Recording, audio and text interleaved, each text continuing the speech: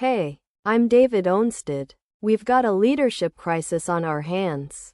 And we're blaming the wrong generation for it. A 28-year-old engineering manager told me she was afraid to ask her VP basic questions about quarterly planning because she thought she should already know. She's not alone. 82% of newly promoted managers get zero formal training in their first year. The problem isn't Gen Z. It's that we're promoting people into roles and then abandoning them. Here's what's really happening. We take someone who's great at their individual work, make them a manager, and then leave them completely on their own. No formal training in the first year. No structured onboarding. They're supposed to just absorb leadership through osmosis. When they struggle, we blame them for not being ready.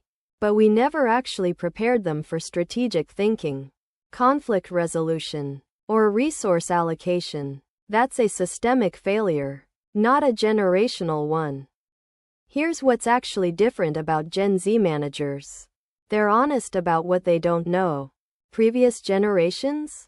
They'd fake it, make mistakes, and nobody would call them out on it. Gen Z says, I need help with this, and suddenly that's a problem. But that willingness to ask for help, that's not a weakness. That's coachability. That's exactly the trait that makes someone ready to develop into a strong leader if we actually invest in them. I watched this play out firsthand. A newly promoted manager made the same planning mistake 3 quarters in a row. First time, his VP said, "You're learning." Second time, she asked if he needed help. Third time, she questioned if he was ready for the role.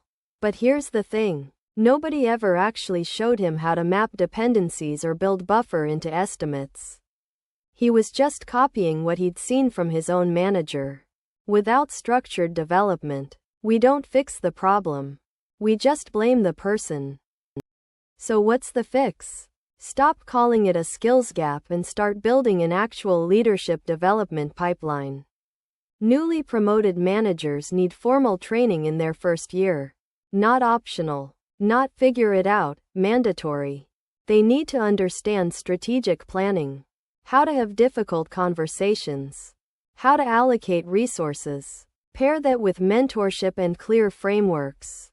Make it structured, make it real. When we actually invest in developing our people, they perform.